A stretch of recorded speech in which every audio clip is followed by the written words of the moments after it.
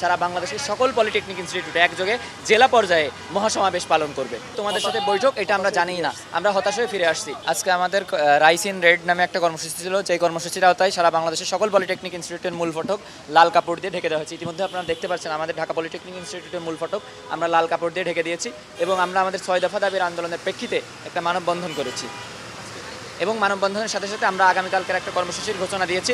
সেই ঘোষণা হচ্ছে সারা বাংলাদেশের সকল পলিটেকনিক ইনস্টিটিউটে একযোগে জেলা পর্যায়ে মহাসমাবেশ পালন করবে। আপনারা এখন পর্যন্ত কোনো প্রকার আশ্বাস পাবেন? আমাদের কোনো প্রকার আশ্বাস দেওয়া হয়নি। আমাদের জানেন যে সারা বাংলাদেশব্যাপী একটা রেল ব্লকেট কর্মসূচি ছিল। ওই দিন রাত্রে আমাদেরকে ফোন দিয়ে বলা হয়, আশ্বাস দেওয়া হয় যে তোমাদের সাথে বৈঠকে বসবে শিক্ষা উপদেষ্টা।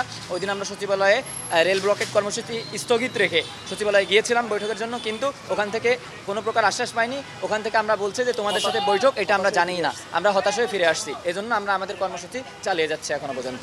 আচ্ছা, এরপরে আসলে আপনাদের কি করার পরিকল্পনা আছে, কি ধরনের পরিকল্পনা? আগামীকালকে তো একটা মহাসমাবেশ বললামই যে কর্মসূচি আছে, তারপর হচ্ছে আমরা কারিগরি ছাত্র আন্দোলন সম্মানিত সকল পলিটেকনিক ইনস্টিটিউটের যে সকল প্রতিনিধি আছে তাদের সাথে কথা বলে আমরা সিদ্ধান্ত জানাবো। আমাদের এই আন্দোলনটি কারিগরি ছাত্র আন্দোলন বাংলাদেশ নামে একটি সংগঠন। আমরা প্রথাগত এটি সংগঠন না, এটি কেবলমাত্র আমাদের 6 দফা আন্দোলনকে বাস্তবায়ন করার জন্য আমরা একটি পদ্ধতি বেছে নিয়েছি। সেটি হচ্ছে কারিগরি ছাত্র আন্দোলন বাংলাদেশকে সমন্বয় করে সকল পলিটেকনিকের সাথে আমরা কানেক্টিভিটি হয়ে আমরা এই আন্দোলন পরিচালনা করছি।